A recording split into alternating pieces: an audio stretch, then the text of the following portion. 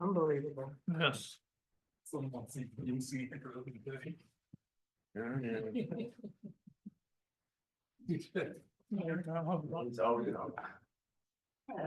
Oh, perfect. There we go. Oh, I was like. no. Huh? All right. It's a good chair. Oh, I don't have a gavel. I don't have a gavel, but I can call when we. Yeah. I'm all discombobulated, but, Well, just so you know. all right. Okay. And to remind everyone, please speak into your microphone so that the people who may be attending online can hear you. Okay, all right, good evening. We'll call the regular planning commission meeting for the month of April. Could we have a roll call, please? Wait, there might be a second. Hill, Here. Roberts, Here. Aldag, Here. Kowalski, Here. Hardy, Here. Phillips, Here. Rafferty. So Right. Matt, this is our new recording secretary. Yes, if you want to just introduce Yolanda. yourself really quickly. Lena, hi. Okay, nice to meet you. Thank Nice to you. meet you. Okay, so next on the agenda is action on the minutes from the regular meeting of wait, it says February. Should be March. Oh, it should be March. Yep, My that's okay. apologies, I March missed that 3rd. Earlier, but yes, on the March, to the March meeting, can we have someone move the minutes? I don't know how to do that without Allison. Wow, that's nice. We need her for something. All right, move Roberts. Is there support? Second. I second Aldeg. Is there any, I was gonna say questions, I guess questions, but Additions? correct, Yeah, corrections. corrections to the minutes? All right. Everybody, all in favor of the minutes as posted, say aye. Aye. Aye. Opposed? None. Minutes are approved. Next up, approval of the agenda. Can we have someone move the agenda? All right, moved Roberts. Support. All right, support Hill. Any questions, comments on the agenda? Seeing none. All in favor of the agenda as posted, say aye. Aye. Opposed? None. All right. Public hearings, we have none scheduled for tonight. Pre-arranged citizen participation, we have none. Reports of officers. Chairman report, I have none tonight. Anything from planning commissioners of interest? Or commissions? I'm trying to think. Says thinking. Pardon me? You have a ZBA meeting. Yeah. They haven't been notified yet. Okay, we have one ZBA meeting for the month of April, sounds like. Yes, but I forgot what happened at our last one. The Yeah. sign variance. was Yeah, it denied. wasn't very significant anyway. Oh, yeah, it was, yeah, okay. That's okay. That was a site variance and that was approved.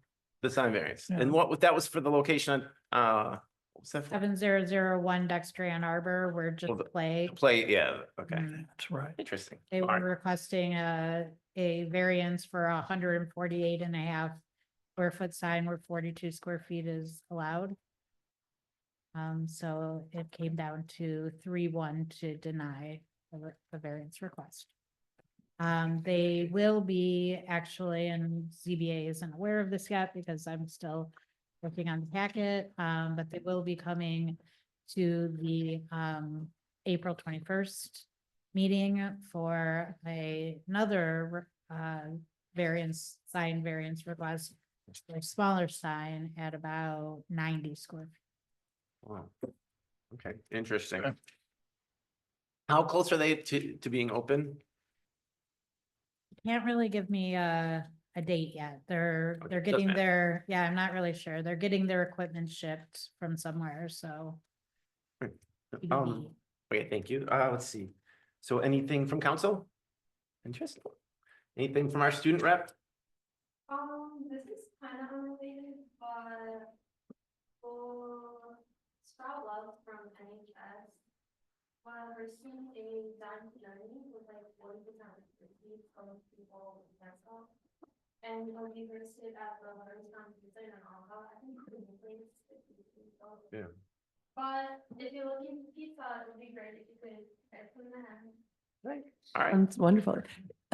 Melissa, could you send us an email about all that? Okay, sounds good. Great, thank you. Thanks. awesome. All right, so we'll go to the community development office. Okey dokey. Let me find my report so that I don't say something stupid. Okay, so where are we at? That's impossible. So the meeting schedule is obviously abbreviated and it's for April, not February. You can tell I had a rough week last week. General updates, DDA is having a community open house this Wednesday. It is 6 to 8. It is an opportunity for the public to come in a very informal, it's an informal format. It's set up with stations as opposed to everybody sitting in groups and discussing, et cetera. But there will be an opportunity. It's an opportunity for us to explain what's going on with the strategic plan update for the DDA, but basically hear what the people have to say about the progress that we've made so far, as well as to tell us what they like about the city, the different areas within the DDA, i.e. Baker Road Corridor, Ann Arbor Road Corridor, Dexter Ann Arbor Road Corridor, and of course, downtown, as well as what do you see when you look out 20 years? What do you see those different areas looking like? So we will also get that feedback. So if you have nothing better to do, I hope you will come out and at least listen, but participate too. You're still part of the community. You're still members of the community and your voice matters as well. The Pelham project has received its preliminary zoning compliance permit for the first building. They've also got their permits for the water main extension. Everything from the city side, they're really, really close with Washtenaw County for their road right-of-way permit. And it looks like we're inching closer to the Amtrak permit. So we're getting close there. Are you going to ask me about what I was just going to start to talk about? No, you said Amtrak permit. And I think somewhere in the whole thing, I didn't realize there was an Amtrak permit. So in order to go under the viaduct, to connect with the main at East Ridge, they have to get MDOT rail and Amtrak approval. Thank you. So, yep. So there's been a lot of hullabaloo in town lately. And I am not going to address the speculative nature of things because from code enforcement standpoint, you deal with the facts because that's how you deal with following the law, following the rules and the regulations. The situation at a business on Dexter or on Danhoy Road was such that we had to look at had they met all their conditions of approval for their change of tenant permit. And we discovered they did not have their certificate of occupancy. And so both city and building department posted notices. The business has since closed. They have resubmitted for a new change of tenant, but that was denied on Friday because they have not secured, it was an incomplete application. They have not secured the property owner's signature. So at this particular point, there is no longer a business there. Does anybody have any questions? I have a No, comment. other than, oh, yes, what were you gonna say?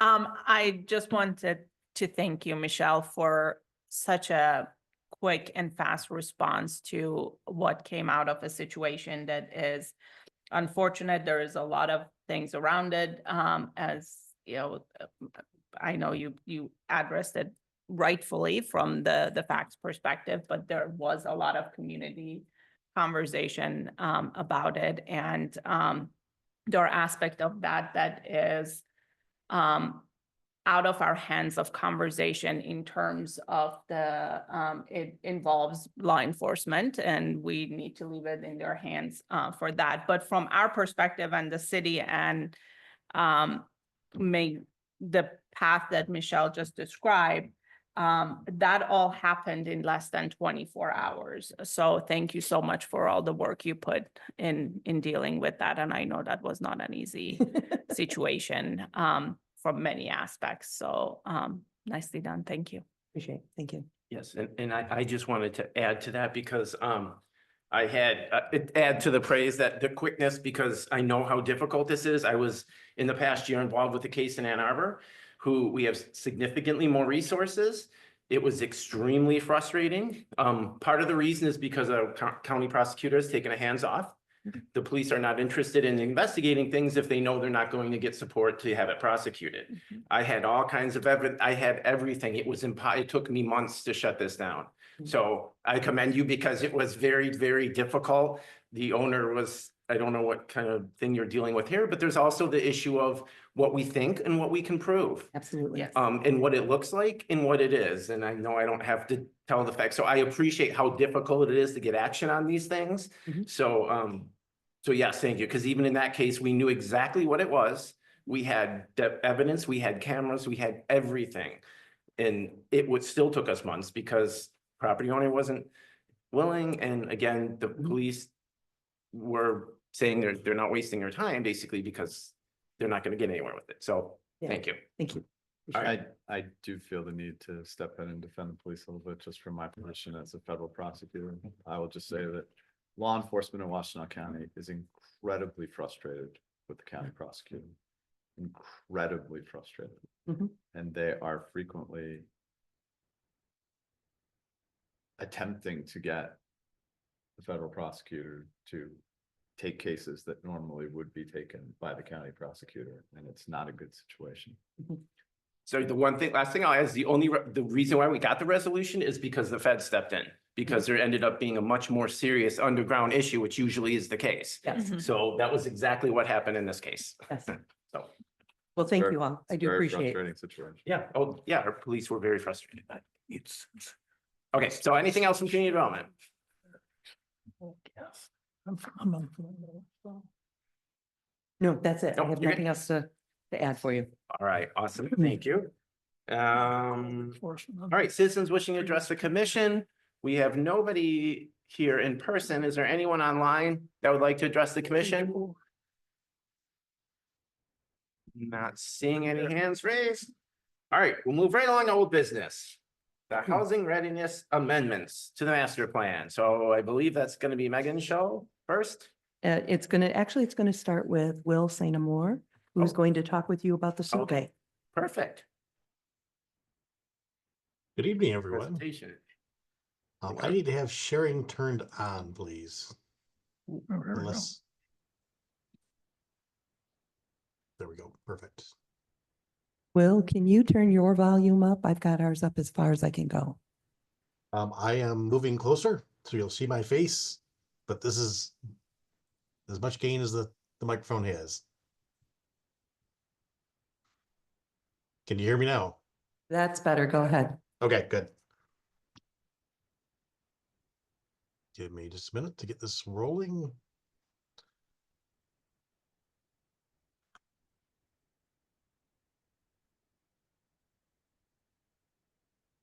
Okay, let me give you a little bit of background. Cobalt, we are a 501c3. We're based here in Michigan. We do work around the country on projects really just like this. So why research matters, there's lots of important reasons for it. First of all, as you're going into the planning that you're going into, understanding the values and priorities certainly helps the alignment. It helps reduce the impacts of folks who might disagree with the majority of folks. Just has a number of real benefits to it, including impacts on behaviors that you care about. Things like people remaining in the community, recommending to others, and so on. The data on the community priorities is really, really useful as you go forward. You'll have different ideas that come out, and having the baseline data is useful from a contextual standpoint, because if someone has an idea, you'll understand if it's something that is representative of the community overall, or if it's something that might be an idea that either hadn't been considered or is something that wasn't so much of a priority of the community overall. But ultimately, this is a great exercise to build trust as you move forward. So methodology. So we did a random sample of 2,000 residents. This was from voter records. It was from a true random sample. So random.org, which is something that's kind of fun to look at. They basically use a laser and atmospheric noise out of Trinity College in Dublin to generate those numbers. So that's kind of interesting for those of you who are number geeks. For those of you who aren't, your eyes may have just glazed over. We did two mailings, January and February. We had a response from 554 residents. That gives us a margin of error of plus or minus 4.05%, which is really strong. One of the questions that always comes up is for a community your size, if that response is good enough. And for a national survey with a margin of error of plus or minus 5%, you only need 384 responses to reflect all 330 million of us. So the fact that you had 354 for Dexter shows that really the data is very strong. We did weight the data based on the census data, the most recent information from the American Community Survey. In addition, there were a handful of residents who are not part of the sample. They had the opportunity to participate as well. Their results are included in the crosstab as a separate line, but we did not commingle their results with a statistical survey, just so we wouldn't mess up how representative it is. So in your packet, there's a number of different things. You have the open-ended comments, you've got the summary report here, but you also have these crosstabs. And this is just a quick little peek of how those crosstabs work. This is a small little piece. It's designed to be unreadable, and we're almost always successful in doing that. But what I really want to point out is just how this is laid out. So as you get into the report more deeply, you know what you're looking at. So basically, we take every survey, every question in the survey, and we march it across as its own column. And then every demographic group, every cohort is then a separate row. And we've got a lot more than just this that's showing up in the report that you have. But basically, it allows you to see, at a glance, where are the scores generally high in blue, where are they lower in the red. And if you drop down a column, you can see if people are pretty consistent regardless of demographic group in terms of their situation or their priorities or their ideas. And if you have more checkering, that means that there is some important differences between different demographic groups. That's something that you can tease out as you have more conversations with the community. So let me dive into the results. Will, Yes. we've got a question. Okay. Oh, I had yes. Trouble with this table in places because I couldn't figure out where 100 was. Couldn't tell what am I looking at cumulative percentages. Am I looking, I just, what is it, just in the example that you've got there? What does it mean that 7%? I'm looking at the third column, the first row with, classification. What does that mean? 7%?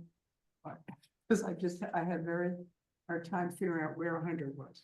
Sure. So 100, if it is a single response question, is generally, as you go across, you can see these heavier lines, and that breaks up the individual sections. So as we look at all of the respondents across the board, and you were to sum up these top ones, or each row, basically, you'd end up with something close to 100. Same thing if you tally these up. It doesn't total 100 exactly because you have some folks who may not have answered a question. And there are some questions in the survey that were multiple response, so you would be more than 100. But this does just generally show the percentage of the respondents overall that responded to each of these. And then you've got these different demographic groups that allows you to see, the voice of these smaller groups that can sometimes be washed out by the overall results. It lets you have some transparency to see how they responded as well. Did that help? Yep. Okay, good. So just marching through the survey, the first thing that we did is we asked them in general, what are the things that they like the most about the city of Dexter?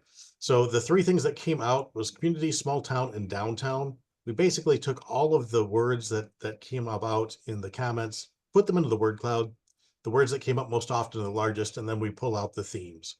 So under community, you can see that residents just generally like the community feel. They like knowing their neighbors. They like all of those things that are involved with knowing people and being able to talk to people and just feeling comfortable wandering around. Small town, similar kind of thing. They like the size of the town. They like the walkability, the natural spaces. There are concerns about becoming too Ann Arbor-ish. So that's something that you'll want to keep an eye on as you move forward. And then downtown, they like the downtown area. They would like to see more locally owned businesses. There's concern in general about larger chains and that kind of thing eventually coming in. So they do want that independent shop, that independent restaurant to be there too. So what are the three things that you'd like to see improved in the next 5 years? Well, Traffic, roads, and parking are the big things that you can see screaming out of the comments. So traffic, there were concerns about the consistency of enforcement regarding traffic. They would like to see more neighborhood patrols, and there were generally concerns about congestion building up downtown. Roads, road repair, you, like every other community in the country that I've talked to, road repair is something that comes up a lot, but also there was some concern about streetlights. And then parking, some residents felt that the downtown does need better parking for shopping and local businesses. And some of the pedestrian infrastructure, some of the crossing and so on, felt a bit unsafe to them. So that's something that you'll want to consider as well as you move forward. So there's a number of questions that are these bar charts, and what I'm showing in the bar charts are the overall results. I did pull out some commentary in these gray boxes as far as some of the differences with some of the other groups, how some of the smaller demographic groups may have responded. I'm not going to read them all. You have this and you can read it on your own. But in general, typically we saw a different pattern from people who are newer residents, smaller households, lower income, younger, those types of folks tended to rent more. They tended to have a few more concerns about housing and affordability and so on. But when we look overall and ask folks, and again, these are voters, to describe the current residents, the majority of them, over 80%, said that they live in a single family home or they live in an attached single family house. There were a handful that were in an apartment. When we asked which of the following, are you? So currently they live in a house or condominium that they own. And then you have a small number of folks that rent. We asked them if they'd like to own a home in downtown Dexter. And most of them said that they already own a house in Dexter, so that's not really a relevant question. And then a handful of folks, just over 10%, said yes, but the house that they want is not in their price range. So small number of people said no, but very minimal. And again, as I mentioned earlier, those who wish to own a home are unable to find a house they want in their price range. And again, these are the newer residents, younger residents, lower earning, often with kids. We asked, would you like to rent a home in the city of Dexter to live in? And then you have folks who already own or not applicable or no, because typically they already own a house. So that's something that is not an appealing idea to them. We asked why not, an open-ended question. Most residents already own a home, and so that's the main reason. A handful mentioned that the cost of ownership is too much, both with the market as well as property taxes. Next question is, does their current residence meet their needs and those of others living with them? You can see almost 80% say yes. If that doesn't, then typically it's because they need more living space either inside or outside. And the folks that need a little bit more space, typically those are people with more people living in the home, typically younger as well.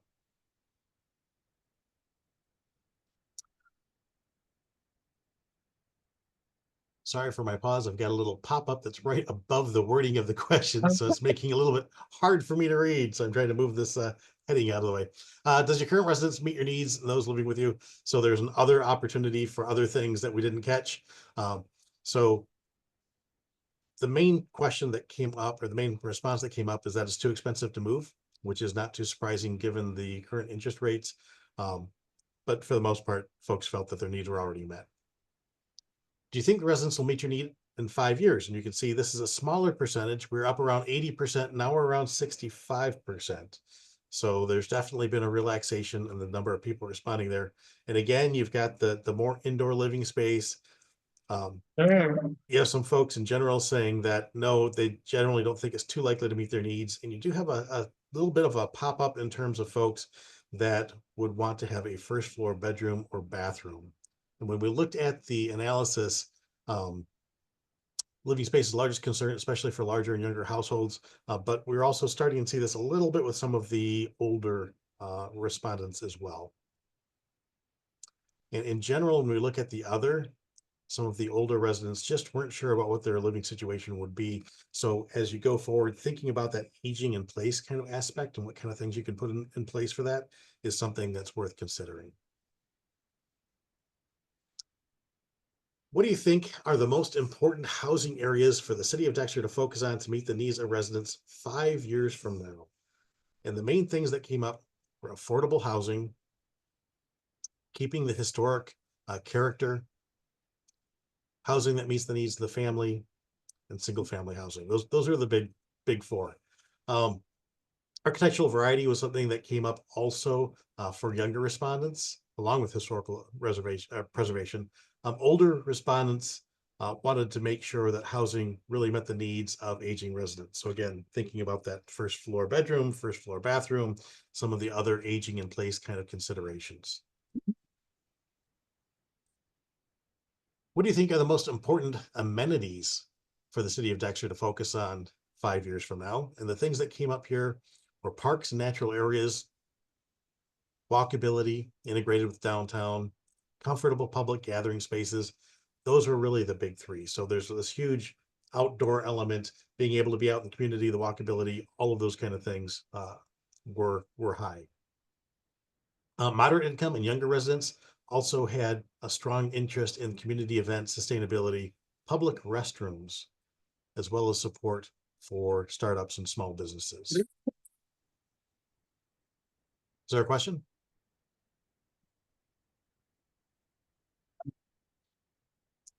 Then we had an open-ended question about what does small town character in the city of Dexter look like to you, just to get a better sense for what does that mean, because we hear they like the small town feel, they like the character of the community. So breaking that apart, the things that really came out is, first of all, communal. People liked to be able to know their neighbors by name, to be able to wander around and talk to them. They love the events. They want to see more community events downtown, to bring people together, to have that opportunity to talk with one another and to meet people that they might not know yet. And then finally, friendly. Residents want to make sure that, or they love that the downtown businesses are friendly. And they like just, connecting with neighbors as they're wandering around downtown. So that's something that really warms their hearts. And those kind of comments came up again and again and again. But I do encourage you to read through the verbatim comments. You've got those available to you. A lot of these questions really helps encourage you, particularly if there's times that you're feeling a little bit beat down. These kind of comments can just remind you of why you're doing the things that you do. What characteristics of small town character are the most important to preserve and strengthen going forward? So small, first of all, they like that small town feel. They don't want the increased traffic. They don't want to be that congested Ann Arbor feel.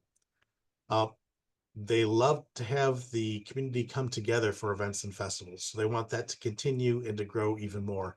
And then downtown needs a little bit of work, more parking. They want to have those local businesses encouraged. And they also want to feel that it's a little bit safer for them downtown, particularly when you get pedestrians and bicyclers mixing with traffic. Okay. That is the end of the summary report. Questions? All right, questions? Yeah, I guess we just shut it out. Okay, so I have a question. A lot of the data on this looks like it's pretty obvious, given the economics times that we live in. Do you remember ever coming up in your experience coming across a community that said that they were happy with the cost of living and the prices of housing in the community? That it was either it was right at their expectation or lower? Yeah, so that typically is a lower rated area. One of the things that often varies is the amount of impact that has an overall satisfaction. And one of the interesting things is, there's a lot of concern about affordable housing. Typically, the correlation between affordable housing and overall satisfaction for that individual tends to be fairly low because they have their housing. And so it's not as much of a concern for them. Typically, the concern, though, is indirect, that they are frustrated that their kids can't buy a house in the community that they grew up in. So that's one of the biggest things that we come across. And the other is that if they have a business, that the people that they hire can't afford to live in the community that they have the business in. So that's typically where we see the impact. But yes, we do typically see those scores to be low, kind of like roads. But the amount of impact tends to vary depending on the demographics of the person responding. And do you see a correlation between the overall economy? We're kind of in kind of almost seventies, I think, economy, and that we've had massive inflation and incomes lagging that inflation.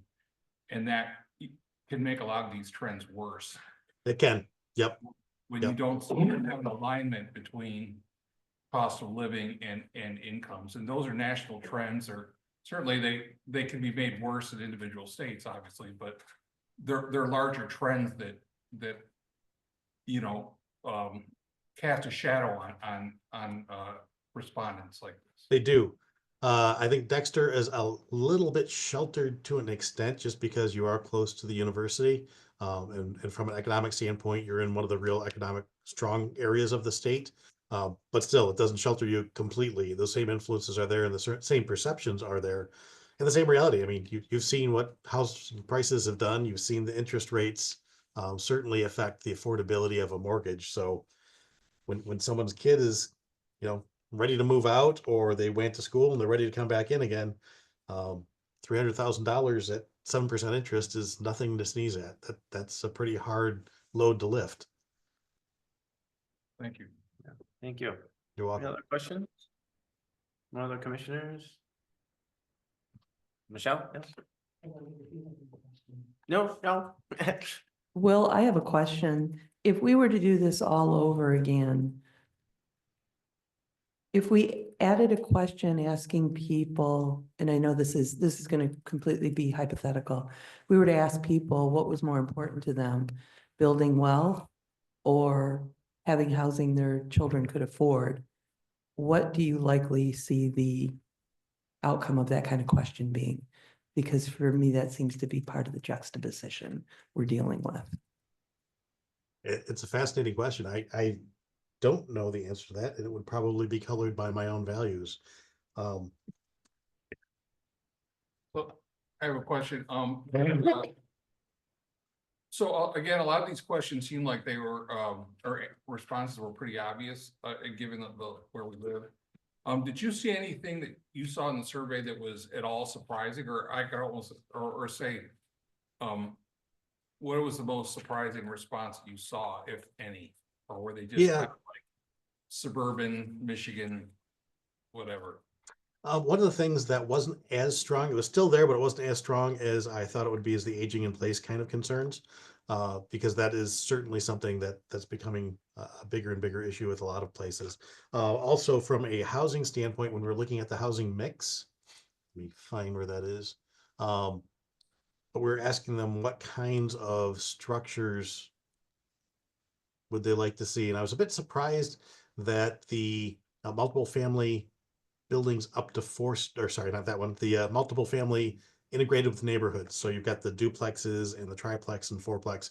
I was surprised that was as low as it was, because that is something called the missing middle that has become kind of a hot topic in a lot of communities. And so I was surprised that it wasn't quite so strong with you. And I wonder if part of it is just people don't understand what that is. They think it's an apartment building. But that was a little bit of a surprise as well. The other thing that I found interesting was just the strength of, you know, the connections to outdoor space. I thought that was really interesting, and that they want more space outdoors, and they want some of that space to be communal space. That's something that's important to the folks living there in Dexter. An observation I had with this also was that, one thing is, that probably affects, especially the seniors in this region, is, as you mentioned, the University of Michigan.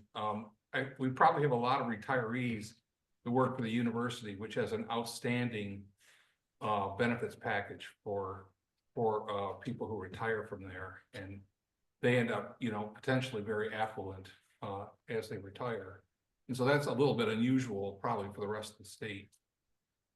And then the other thing was, oh shoot. Oh, never mind, I'll think.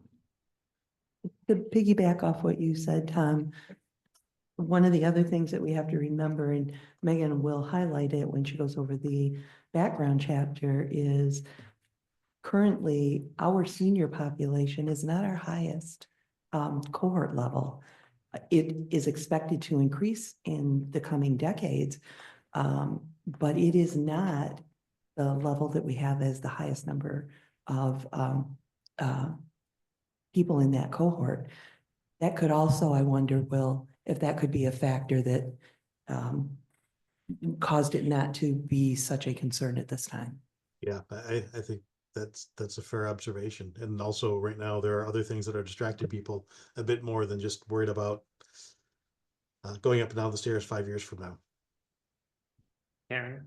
Well, one question I have is, I mean, it is, what, 41% responded for over the age of 65 and over. Was that your sampling strategy? Did you, when you were sending out these questionnaires, were you trying to oversample seniors? Because, I mean, it's pretty heavily weighted, even though despite what Michelle just said, it's overall, this is heavily weighted to people who are on the older side. And, to take Tom's point, have probably some retirement savings and some, they're in better shape financially than most people are when they are young. But why did we get so many older respondents? Did you just have trouble getting younger respondents to answer? So the first question that you had as far as how we sampled, it was a straight random sample based on the voter registration. So part of it is that it was based on voter registration, which tends to skew a little bit older in the first place. And it would more typically follow voter response patterns in general, which tends to So skew. that was a random draw from the voter registration. Seniors vote and seniors Yep. respond. I think that's just the general trend. Yep. So the people that show up are the ones that get to decide. But having said that, when we look at the actual numbers, we've got a large number of people that are under the age of 45, certainly a huge number of people that are under the age of 54, plenty from a statistical standpoint to be able to draw conclusions on those particular cohorts. The other thing is that we did weight the overall results. And in any survey, the response is always going to be older and more affluent than that's just the pattern. So you always see that. And there are ways of balancing that with some stratified random sampling and so on. But for this, we wanted to make sure that we had a good snapshot of the community overall, and that we had the information on the folks who did respond, so that as you're looking at the individual results, you can break that down and see the voice of all of those groups, not just the older ones, but also for these younger cohorts as well as you went through it. So that as you digest the data and make decisions, you're able to take into account all of the different age groups and not just the ones that were the most predominant in the responses. So I remember my question or comment, it's regarding the missing middle. I think, I have a fun debate with people I know about this, and I think it gets misrepresented as sometimes as, like we're New York City or something, and the waiters and waitresses and lower income folks that work in the city can't live there because it's 2 hours to get to somewhere they can afford to live. And some of that kind of attitude gets imported into a place like Dexter, where it's just not true. We're a suburban city, and there's lots of places that are lower priced real estate within reasonable driving distance of here. There's a huge trailer park over on Jackson Road, in fact, where, the cost of living is significantly lower. So that, the idea that people want to live, work here and live here, or they want to live here because they like the community, and so they should be able to afford a place here. That's just, a certain amount of that is just, I think we all feel that when sometimes we get out of college and we don't have any money and we'd like to live somewhere we can't afford. That's just the breaks. That's the way the economy works. But it isn't, Dexter is not a place where if you're a lower income worker, there's no place for you to live. You just might have to drive a little bit, and that's the breaks. And it goes to the idea of whether the community owes somebody with a low income a place to live that they like and can afford and brand new and all that. or not. And there's certainly a vibe sometimes about that as well. So somewhat like entitlement. Something like that. I mean, I think in the end, everybody's got an opinion. And Tom, I understand where you're coming from, but I think that part of our role here is to take public feedback into consideration, and this survey is certainly good public feedback. And I mean, let's be honest, every time we've had a large project like the Pelham, we get a significant turnout here of folks who are saying, why are we getting more high-end housing? My kid can't afford to live in Dexter. And, you know, I think our job is just to weigh all of this. It's to weigh what you just said, which is valid in many ways. But it's also to weigh how the community feels. And, you know, I really thought that this survey did a very good job in identifying a number of themes that seem to be repeated. And I think there's some value in that. How much value? I don't know. I think we each process it and tuck it away. Just like no one individual speaker at any public comment probably should decide an issue. No one survey or anything like that should, but I found it very helpful and interesting. Yeah, to clarify, I was agreeing with the missing, I wasn't agreeing, I was trying to explain some of the missing middle, low end feedback to that, meaning that there are opportunities for low income housing. And so that might explain why that bar is lower than some of the others. Well, I think just what I see in that too, I think is really interesting because we all know the affordable housing and what I guess the term affordable housing, I don't know what exactly that means to different people. So, I mean, that's the tricky thing in there is that when you say that in the survey like that, what exactly does that mean? Because I have a feeling that if we had another true affordable housing project that's proposed in the city, we're not going to get the support like that survey says. So many percentage of people support affordable housing in the city. We're not going to, because we've been through that before and we saw what happened. So and it's interesting. I would think that dynamic would come through. I'd be willing to bet too, because we see in that survey, it's the concerns about parking, which I don't personally agree with, but traffic, which again, more housing in the city, I think would help mitigate that. But I think not even just from an affordable housing point of view, I think, what does that really mean to those people that answered that question? Because even if we get a project like I don't know what the respondents expected by saying affordable housing, because if we're not creating, the city itself is not growing, we're not annexing huge chunks of land. So that means obviously then that affordable housing has to be grown from within. And I would be interested to see take those exact same people that answered that when we get our next semi-dense apartment project or whatever, to see if they're all in support of that, when the data says the traffic could be mitigated and all that other things. So I think that's where the information from those studies, it's really helpful, but it's not necessarily easy to weave it into these. yeah, right. There's such a complex picture behind that, but overall, I think it was a good thing. I mean, no question. I think Well, affordable housing also. you got a can be- couple. Oh. Sorry, you can go. Good. And then I maybe think Jim. and affordable Sarah. housing has different categories. Some people say affordable housing, they're meaning their kids can afford it. Other people Right. mean subsidized housing, so. Exactly, and that's what I'm kind of, I guess, Sam, did you want to go first and then? Sure. Sure. I just wanted to say thank you, that, it is always good to have these surveys in terms of, not only from the perspective of understanding what people want to share with us, because they have taken the time to share with us. That's fantastic. Also from the understanding of, some of the perceptions that are out there, right? Traffic, for example, and traffic downtown. We know over 90% of that traffic is to townships. It's not City of Dexter residents, right?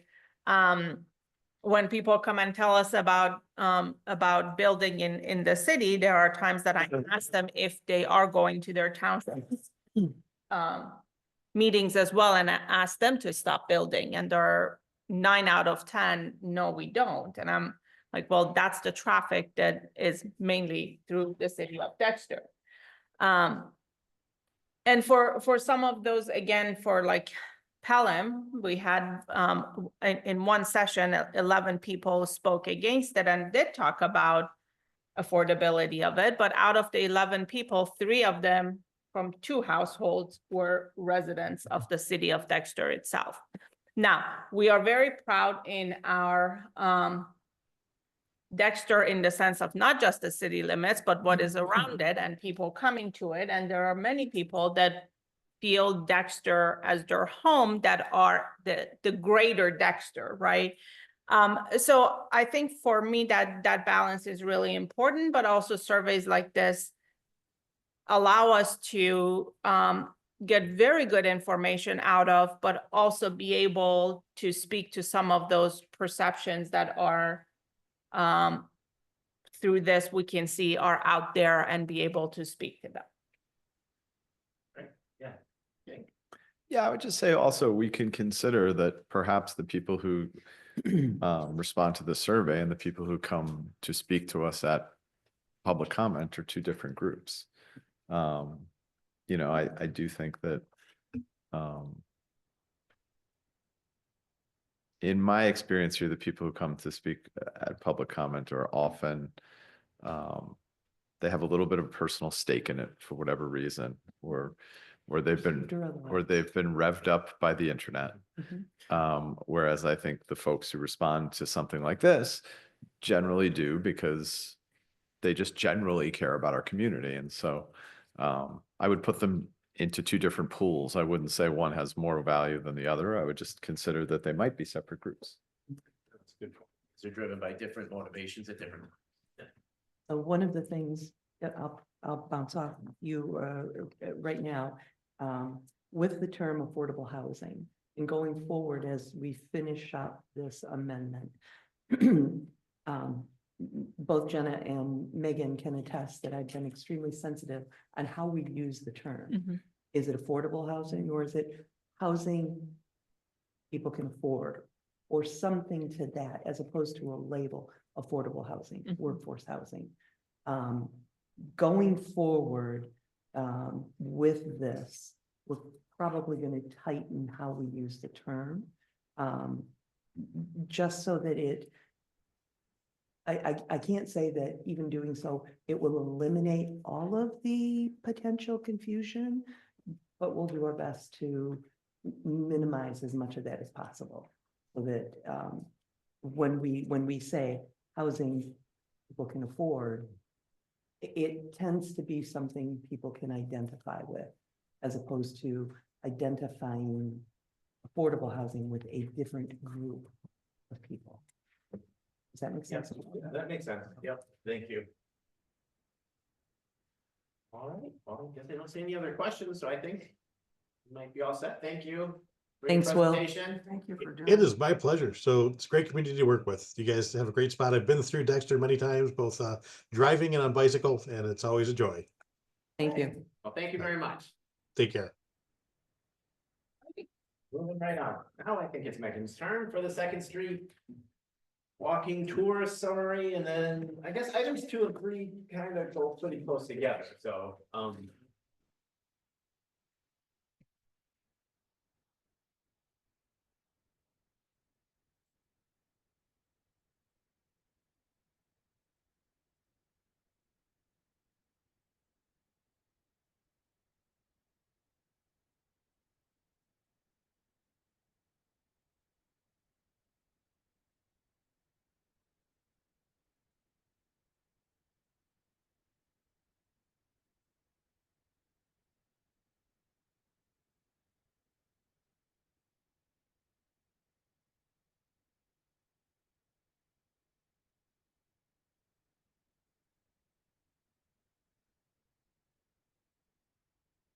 gonna sit with us? All right, The microphone, the battery's dead in the microphone. that so- works. Anyone online wouldn't be able to hear Megan. Okay.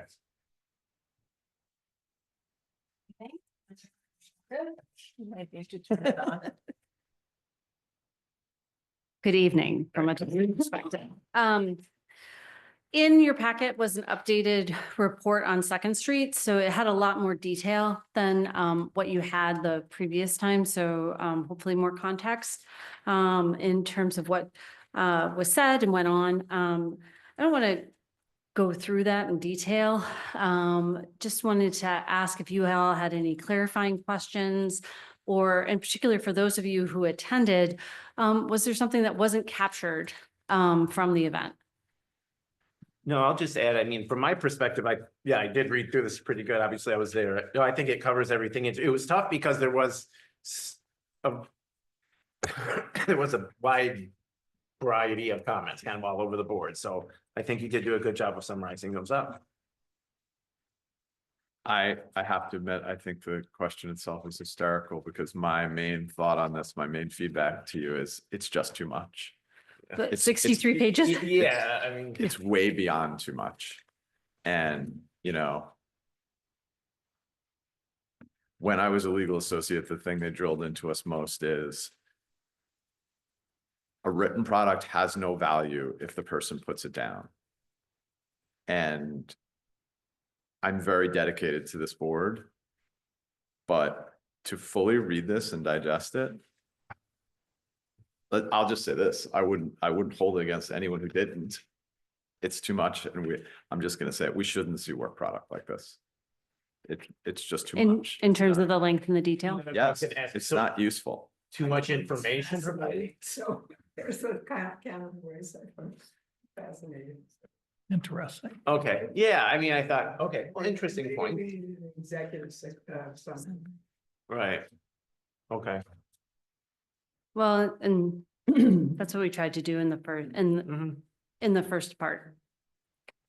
We can go ahead, we can, as it pertains to summarizing and giving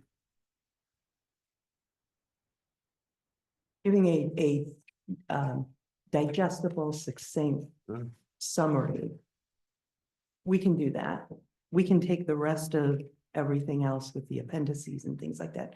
We can take that out. It doesn't have to go with it if what you're looking for is the guts of what we heard, what they saw, what's the direction to go. Is that what you're looking for? I just think it would have been a lot more useful. Okay. Sorry, yes. I'm just gonna add that maybe both, because some people enjoy that's- the length of reading all the details of it, and executive summary for those that need a quicker look or something to grab them, and maybe they want to then read the length would be useful. Right, I think that's the tricky thing, because I know that there was a lot here. You're right, Jim, and I wasn't sure if it was just because like you wanted to, because you did a lot of, right, there was a lot there to provide, so just for the sake of showing your homework, basically, showing your work to get to the answer, so.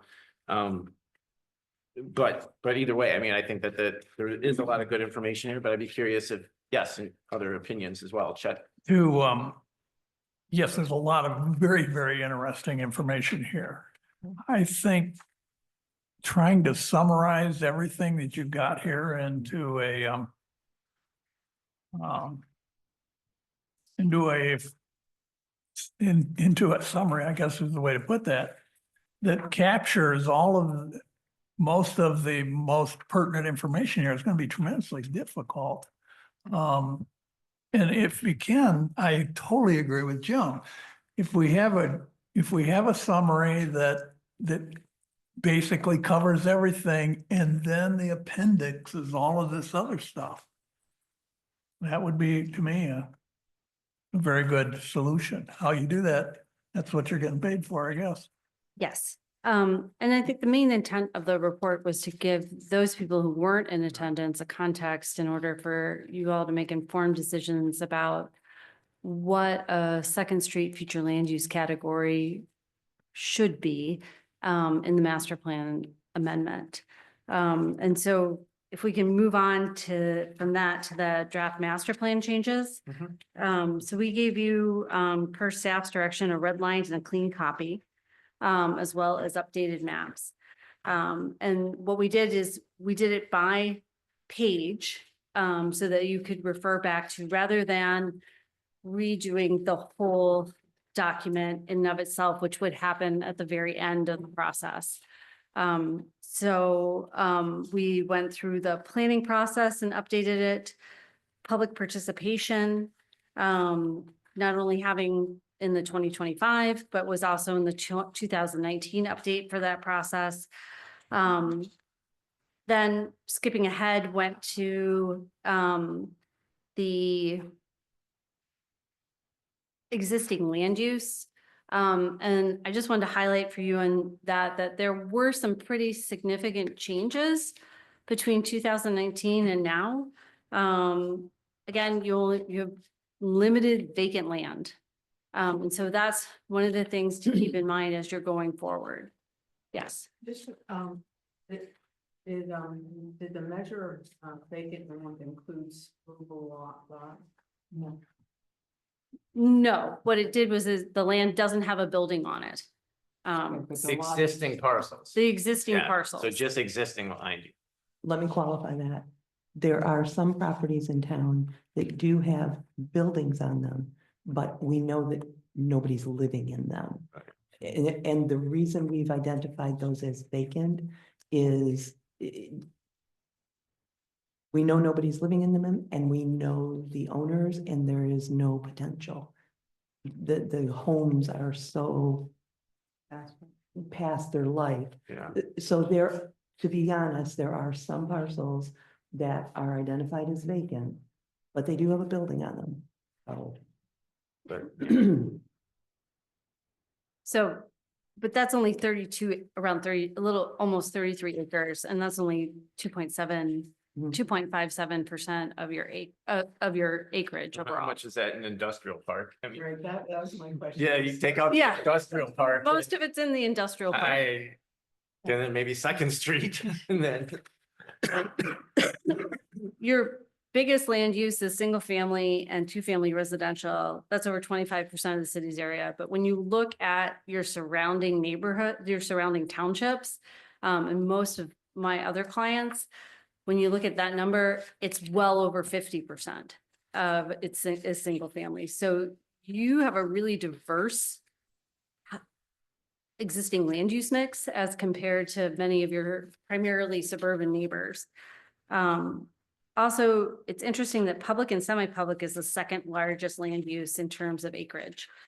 And I think that goes back to a lot of things that you heard in the survey in terms of walkability, outdoor space, things like that. So you've got that foundation that the community values, and that is a contributor. Also, since 2019, your multifamily uses have grown by over 40 acres. So if you have people coming to you and say, I feel like it's a lot of growth, there has been growth. Mhm. And 40 acres in your city is a significant amount of land that people are going to notice and feel. So, and again, that industrial research is 142 acres, but that's going to grow as the vacant parcels fill in, and it slowly has over time. We added mixed use in this existing land use analysis, and your staff was very diligent in assessing and working with folks here in order to identify those parcels. So that's a new existing land use category this time around. And it's mostly concentrated in the downtown. So would that be I had a question kind of, yeah, what? So it's gonna be commercial on bottom and residential above. Normally what we do in the downtown and what we've seen is it gets classified commercial, Right. but you lose the fact that there's residential. Right, exactly. So we tried to peel that onion in a way. I'm not gonna say it's the be all and end all, but it gives us a flavor of what we actually have in the downtown and where we might be able to explore additional living options in those existing buildings, as well as where we might outside the immediate downtown add Okay. more residential. Yeah, because that's interesting. So that the commercial then in this is only like the typical, like Bushes, LaFontaine, Mhm. Yeah, that Yeah, kind of the- stuff. the So, single use. right. So exactly, so that it would be interesting, because like, yeah, 60 acres seems like a lot, but when you take out LaFontaine and Bushes, and that's probably half of that. yeah. But, okay, so that's That's interesting to know that the mixed use is the downtown more or less. Okay. Mhm. And then as we walk through the document, it was updated in terms of studies and plans that the city has done since 2019, or things that were in process when that 2019 master plan was being updated, like the housing task force. And then there was an update on the neighboring communities' future land use planning, and their map, that map that was associated is proposed to be updated. Any questions on that? More the background part and those first couple of sections that are proposed to be changed? Did anything come of it? There were 2 transportation meetings, projects now. It's immensely frustrating to me that bus turns on Wagner instead of coming to Dexter. And I just keep thinking, what is there, did that ever come up, and is it in the works at all, or is anybody thinking about that? Are you talking about the Ann Arbor transportation? So Wagner at Jackson or Wagner at, Dexter and Arbor. okay, so SIO participates and has a millage, if I'm not mistaken, that's specifically for public transportation. We do not have that. We haven't gone into that, but we have Wave, which is a pickup, door-to-door pickup. There is, there was a conversation recently where it is probably one of the most underutilized. I'll use the word amenities in town. And it's an opportunity to let people know we've got to up that game, to work with Wave to up that game.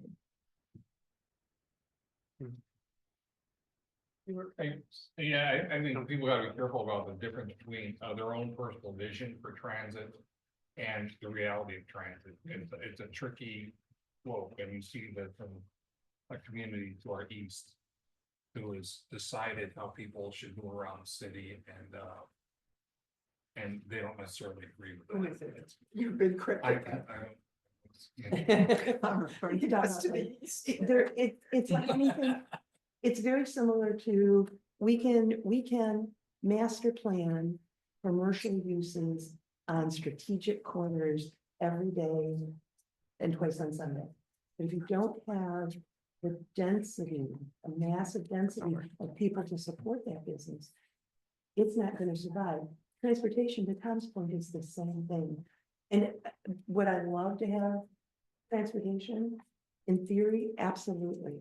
But we don't have enough people. We don't have the critical mass. Could we get there?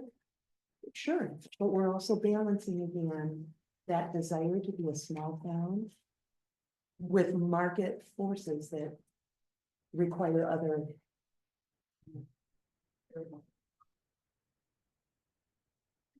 If I may clarify, I don't believe Ann Arbor Transport Authority goes to SIO.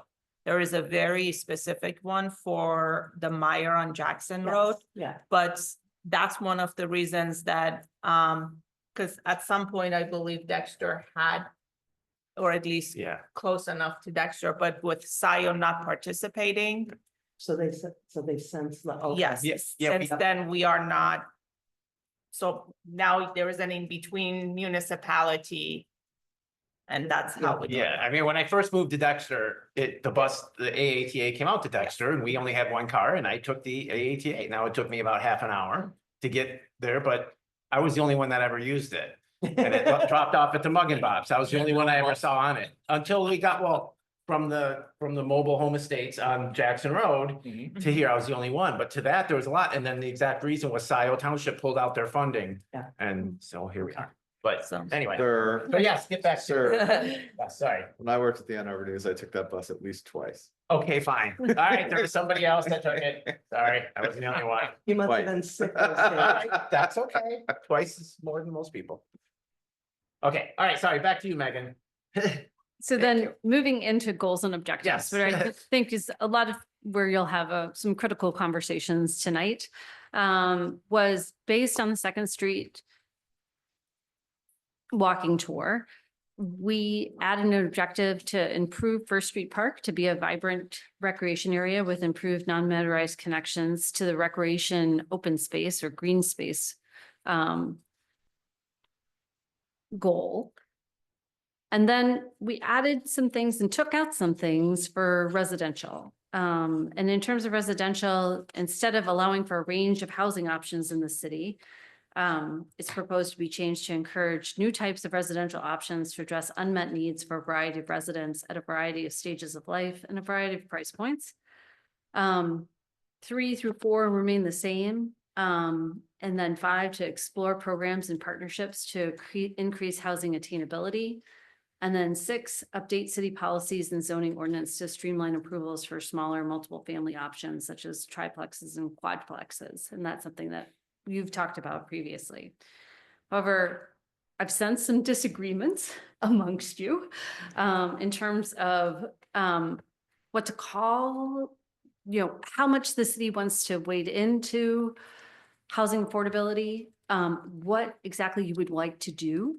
And the master plan is a place where you set those big goals, but then you also make some commitments to what you'll explore or what you'll do. So on those things in front of you, what are your feelings? Does that capture, based on what you've looked at, examined, the survey, and also your experience here and what you've seen in the past couple of years with different housing options and residential coming through? Does this describe what you want? Yes, Mr. Cardy.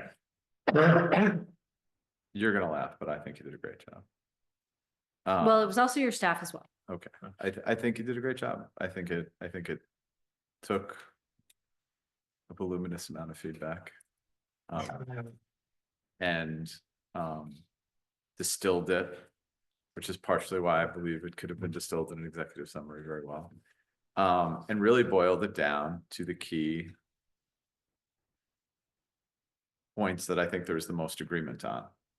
The only thing I have to add, and I really like it, is that I think the parameters as laid out here don't leave any room for industrial. And, it is one of the, as I keep saying, it is one of the few places in our town that we currently at least have the door open to Right. industrial.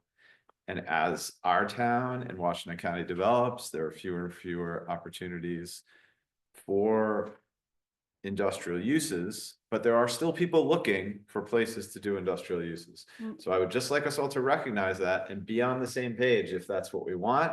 If it's not what we want, to tweak the language a little bit. Mr. Curt, can I just ask a clarifying question? Was that about housing in the residential in general, or was that more about Second Street? More about Second Street. Thank you. Okay. Yeah. So, objective 2, we specifically made sure we include commercial office and research land uses I to know. address. I know, that's not If it's- industrial though. So,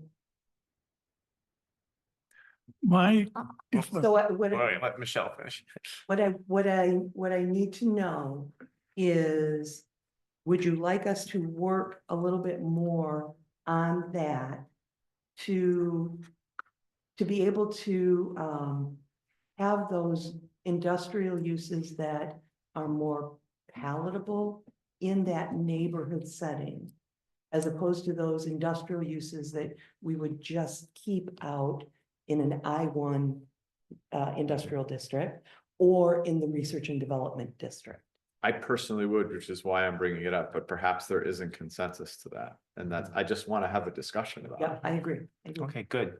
Yes, Karen, and then Chad, I think. When I was reading the results, I saw great satisfaction with the east side. No, west side, Second Street. People liked it. They liked the way it looked. They liked the housing. They didn't change anything practically. This is what was sad, except for trees. But I didn't hear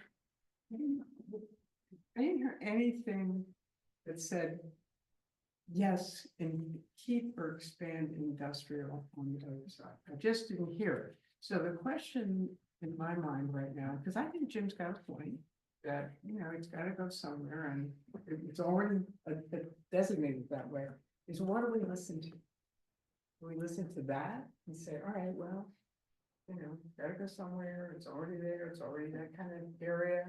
Or do we say, no, the people who came to this, and they were predominantly locals, you know, we locals, my Second Street locals.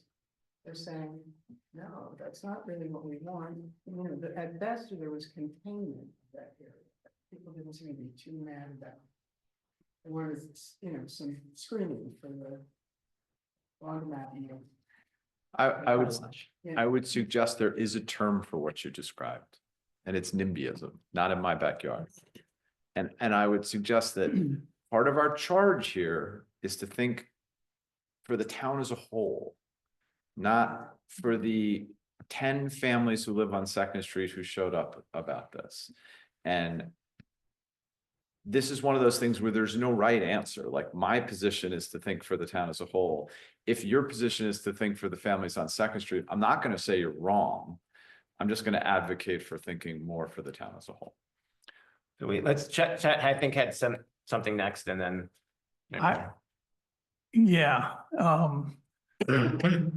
I'm not in alignment with Jim here in this regard. I think what's there is there, and we have to deal with it. But to suggest that that's what ought to be there, I don't think so.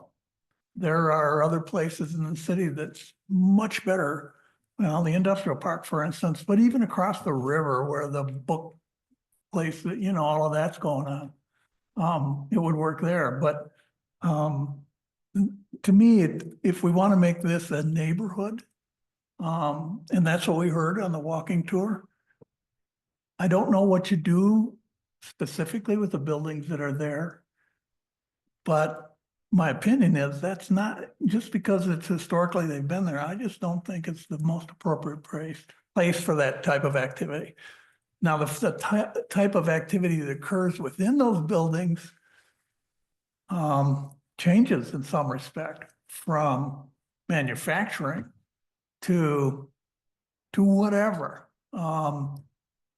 Smaller shops within a larger building that have some character. And neighbors could actually utilize in some fashion. I could see that happening. But the whole idea of industrial down there, it's always been something that I personally don't think that it's something that wants to continue. Okay, let's go to Sanam and then Tom. I agree, Chad. I think there's a reason we have the industrial park. And there was an effort of taking those things out from within the town and put them in the industrial park. And for me also is, I agree that there are already things there in terms of industrial, and we don't, in my opinion, want to go to a level that we have in businesses that are industrial park type of businesses here. I like the commercial office and research land use because I think there is some level that allows for a different type of industry that is not, you know, manufacturing that sort that we have in the industrial park. So and I see the concern that potentially that will take any sort out, that if any of those sell, then they can, you know, there will be more housing and such, and takes that footprint of commercial or the office aspect out. So I want to have that possibility there. But there was a reason for us, you know, we had that the industrial park and moving those kind of businesses out. And, you know, last time we talked about that, yes, the ones that are right now there are good neighbors. That doesn't necessarily mean that if we open the door for a possibility of somebody else coming, that they are good neighbors and we won't be able to control that. But we've got kind of a couple different things going on there, like the car wash and the laundromat. that's a, I just, you know, people, it serves, it's retail. Yes, And so then I think that that's, is good. A couple of other things there, I think are mainly warehouse. I don't think there's a lot of manufacturing or anything going on over there. But so I feel like there's some kind of conflating of what's going on in there. And I have no idea what East Cellar is. I have no idea what they're doing in there. I just, Tom did, we'll let Tom go. So, I agree with Jim, and actually what we're arguing about here is Euclidean zoning, and I think that's one of the things that people like about Dexter, and one of the advantages of Dexter is it was planned before Euclidean zoning. And if you love Euclidean zoning, go to Novi and you will see every separate use in every separate block through, thousands of acres. And it's not a great place to live. If you like bland sameness in streets of endless same things and parks that have, the houses, another park has the business, the retail, another block has the industrial, that's Euclidean zoning. And it's ironic that a lot of communities around the country right now are trying to undo that and recognizing that the variation of uses is what makes a community interesting. And I think one of the things we talked about last time we discussed this is, maybe a middle ground is to permit the continue to permit the industrial, but also leave that open to other uses called the industrial, the higher use, allow commercial under that, so that maybe someday if there's a demand, some commercial uses go in there, and maybe there is a other more neighborhood friendly uses. But I think the idea of saying, oh, well, if we move all these boxes into this spot, then we're going to have a great city, I think is a mistake, and it's contrary to how we were planned. Karen? how do we designate? Because this is, when I'm thinking about the, killer fight over the availability. And, what I now want. to Yeah, so let's ask staff, I think, maybe. Are you saying, how do we, So How do we designate what is kind of community, neighborhood friendly? Whatever. we're gonna call it. Mixed use. Well, I know, but we don't, everybody was really clear, or Right. enough people were really No. clear, we do not So- want, whatever that was. Storage facility in that spot. Well, Megan, do you want to, or Michelle? that goes to Yeah. vision and intent. I'm going to go back to a question to you, Okay, because you as a board will not satisfy every single Second Street resident. No matter what choice you make here tonight, someone will disagree with you. Now, based on the self-storage and the vigorous community input that was given, you know that there are multiple people and especially strong voices that would come out. The question to you as decision makers is, when is it worth your while?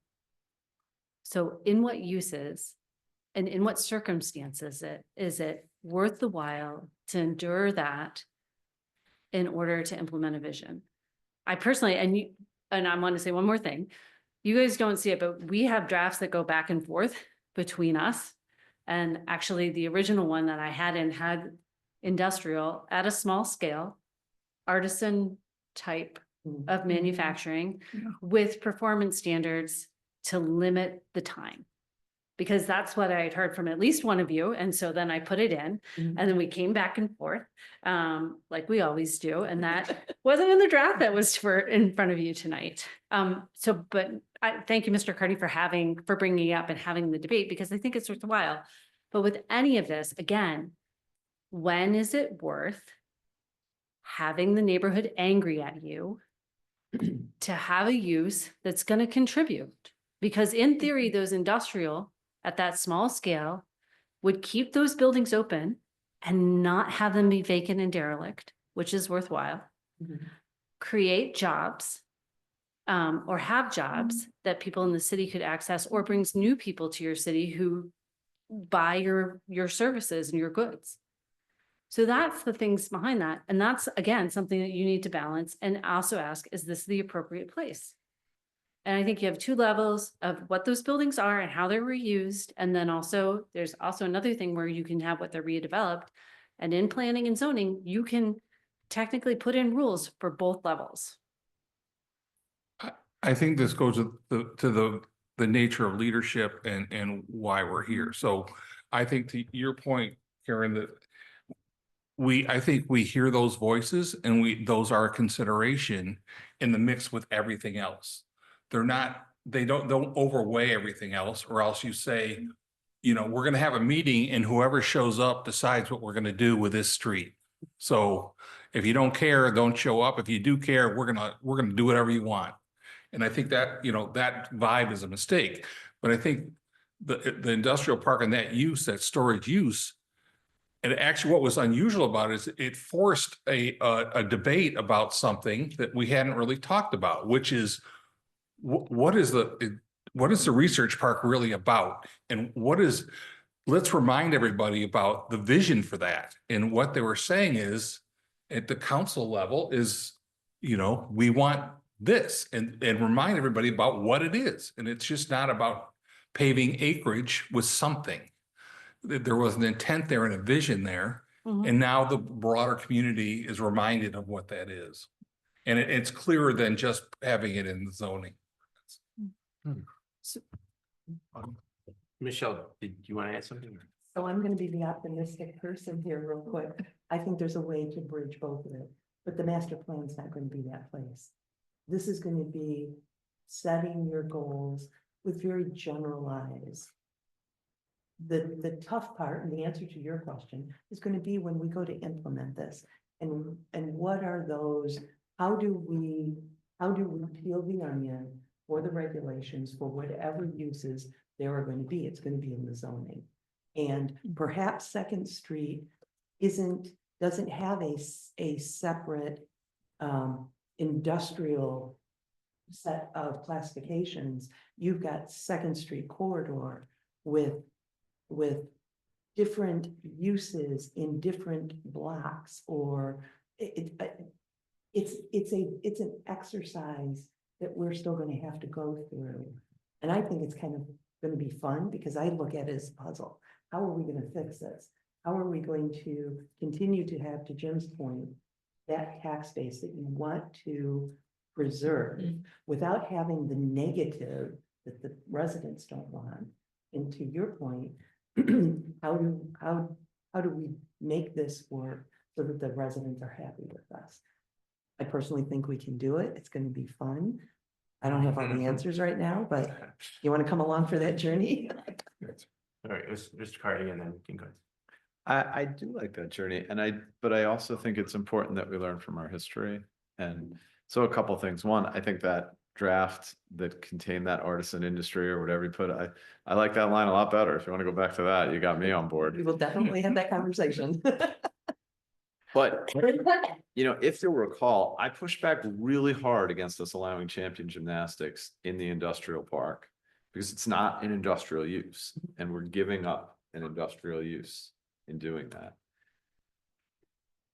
If we're going to keep eliminating industrial parcels or sort of master planning out areas where we allow industry, then we should stop allowing non-industrial uses in the industrial park. It's just not good for the long term. There's only so much tax base. It's not good long-term for the town. All of these things, this journey we're on, it all links together. And I think we have to have some institutional memory and learn And how does? the irony here is that champion gymnastics probably would have gone very well in this building on Second Street, and no one would have minded it at all. Probably not. You're right. You're absolutely right. Singing their heads on the But currently, to the zoning, it's R&D or is it industrial? It's industrial. That's right. We kept it as industrial. We used the master plan if somebody wanted to. So in industrial, the champion couldn't have gone there. It would have had to do a rezoning.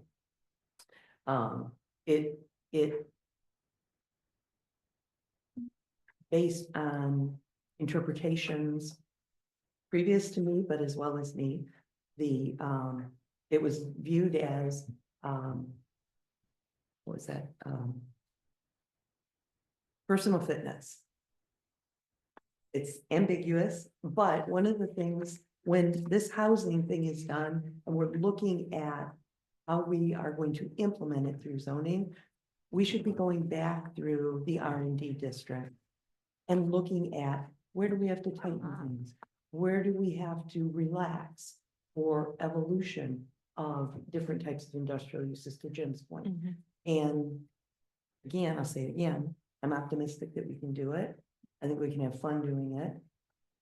I don't think we'll beat each other up over it, hopefully. No, wait, Commissioner, sit down. A question quick from it. Wait. Is industrial in mixed use? Is what? So it depends on, so Just trying to- generally, when you talk about mixed use, the assumption is that it's office or retail on the first floor, and then office or residential on the second floor. There are instances where you could have a mixed use district, which is commercial and industrial. That's not typically the colloquial approach. And again, here for Second Street, I personally think as your planning consultant, those industrial uses would be useful to keep those buildings going as they are. It may not be the best redevelopment there because of the size of the street. It's not really set up, it will take trucks, but if it was at a certain scale, it could be compatible. Again, that artisan scale, and that might be a bakery, that might be a commercial kitchen, which these are all uses that are usually classified as industrial, because when you think of them on a big scale where somebody's running 3 lines of processing salsa, that's different than a commercial kitchen where it's really the scale of something else. So I think it could fit. It's just that you'd have to, and you already have some of these smaller businesses scattered about in your neighborhoods. To Tom's point, is that you have these around and they fit. It's just then we'd have to, if you don't kind of lay out in the master plan, these are the uses that are going to be there, then when we get to the zoning and we get to that fine scale of, okay, how does that really work? If we don't have it here in the master plan amendment, then it's going to be tougher for us to work that in at that point in time. Sit down. Thank you.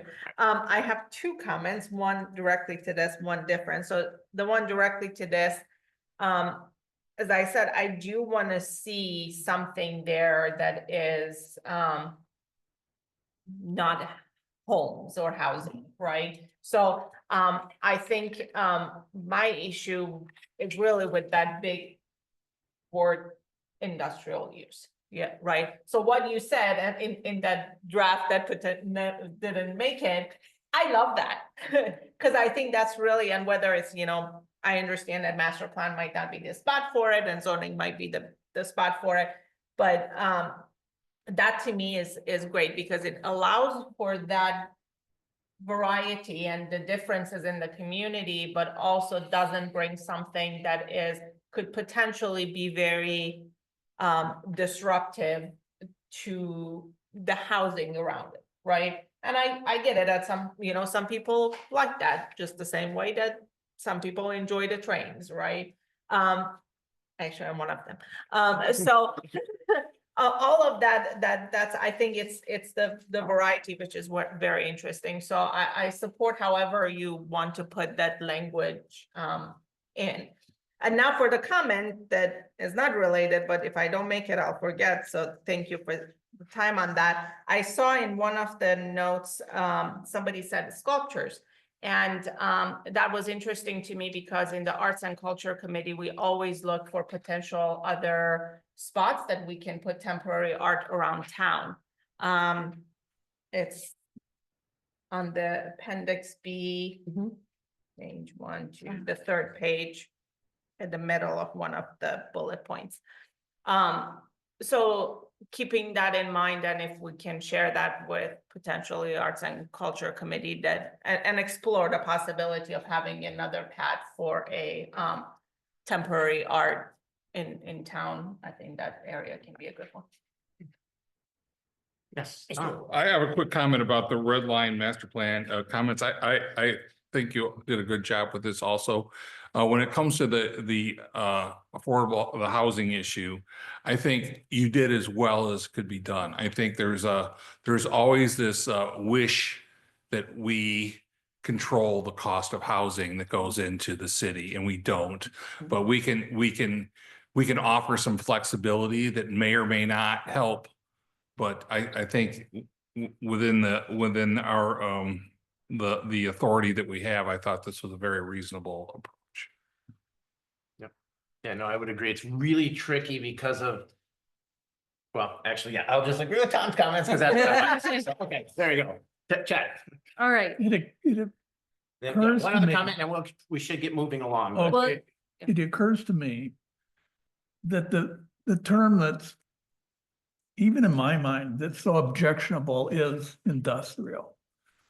Maybe there's two classifications here, an industrial 1 and an industrial 2. One of them's in soft industrial, it's artisans and Yeah. that sort of thing. And then the industrial park can have the hardcore industrial, so to speak. Yeah. Maybe that's a good way to Yep. solve it. All right, so moving forward on the Second Street objectives and descriptions, it seems like the Planning Commission is on board with putting that language about a smaller scale industrial or manufacturing, artisan, however we want to word it, into the mix of what could happen there. Is that accurate? I think so, yes. Okay, thank you. Then also, while we're on Second Street, what we had done is described with an intent, description, and location. I want to talk about the location of that Second Street future land use area. So we had the intent and then added just some items about what was going. So what I'm hearing is you all read that and you felt like that captured what your conversation was. But in talking with staff back and forth, we were like, is it both sides of the street? Is it one side of the street? And we've given you a memo which had some pros and cons about each, but really what it boils down to is if you're on the side of the street where Adair is, that is a hodgepodge of places and everybody agrees that that should be part of it. But when you're doing urban design, a lot of times you're looking at both sides of the street and you're designing those together. But that side of the street, the other side of the street that's all resident, seems to be functioning really well under the now future land use and the current zoning. So do we put that in or do we not? And if you put that in, where that has the potential is really then to make triplexes and quadplexes, so this attached single family, to make that a permitted use and see what happens. So those are kind of, that's the back and forth, and we, yeah, on the western side. So really our question to you is both sides of the street or just one side of the street for the Second Street future land use? Yes. Karen? No, well, my reaction reading that section packet was, let's not mess with the east side because people like it, but The west side, you mean? west side. Yeah. Yeah. I thought, Yeah, west side. And then based on our discussion tonight, you know, kind of a sort of a newly crafted mixed use notion of the east side and cut it off around the Adairville. Don't include Dexter Flats. No, well, no, right now, I always. Yeah, then, I mean, okay, then go up to Dexter. I mean, I don't think, then both sides of Second?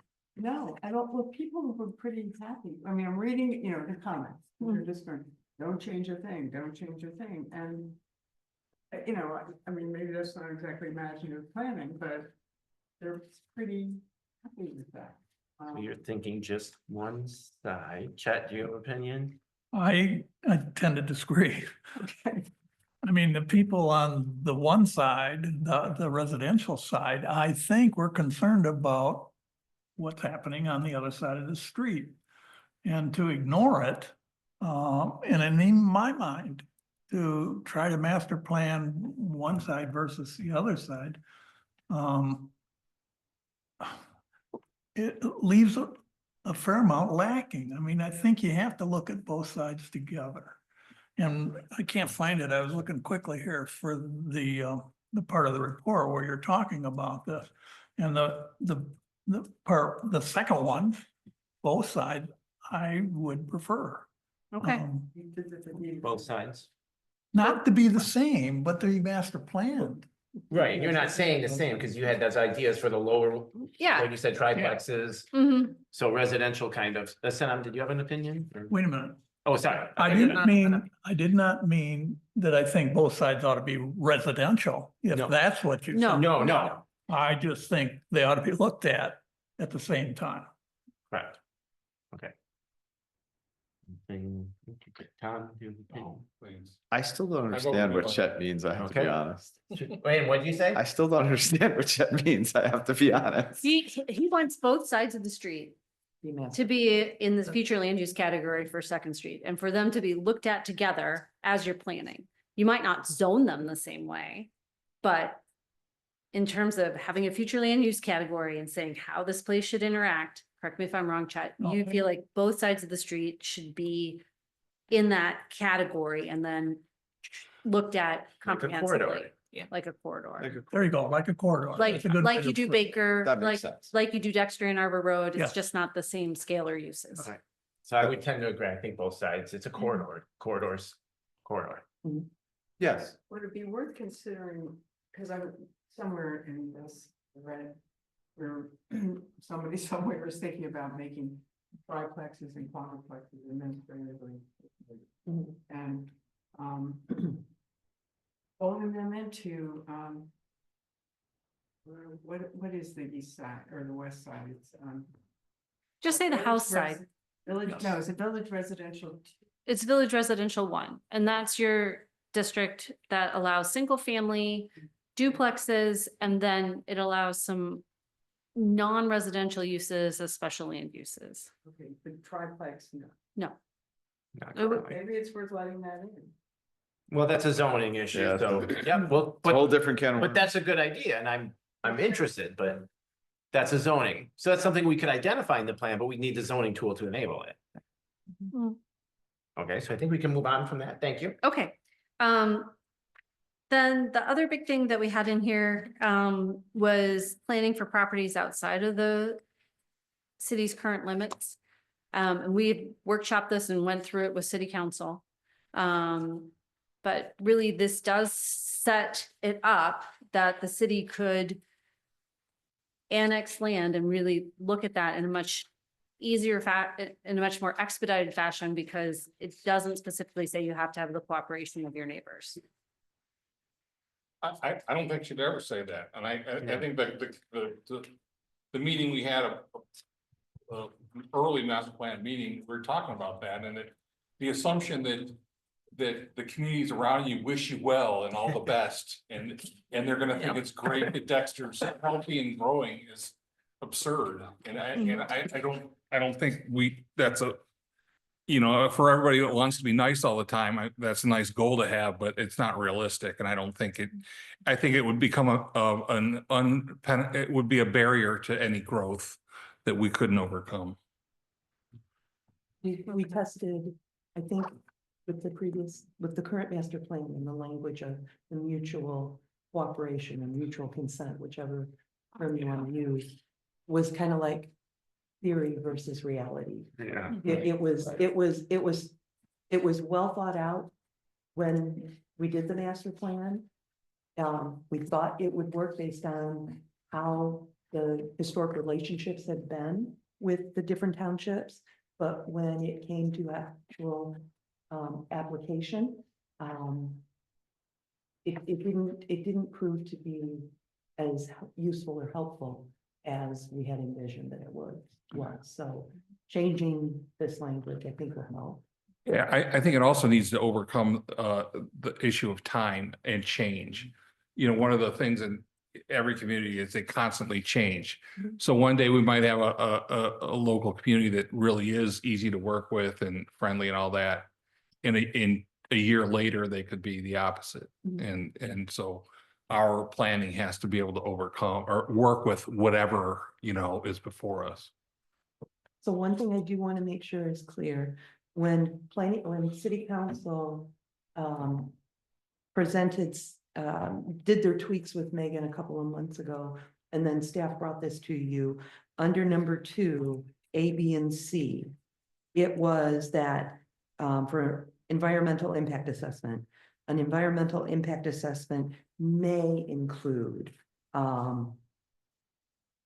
transportation, Allison Heatley had suggested, and this got brought up at the previous meetings, that instead of may, be shall. So we've incorporated shall.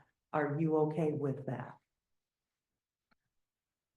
I'll just say from a lawyer perspective that as soon as you include shall, it is regarded by courts as mandatory. No, and that's why Allison. right.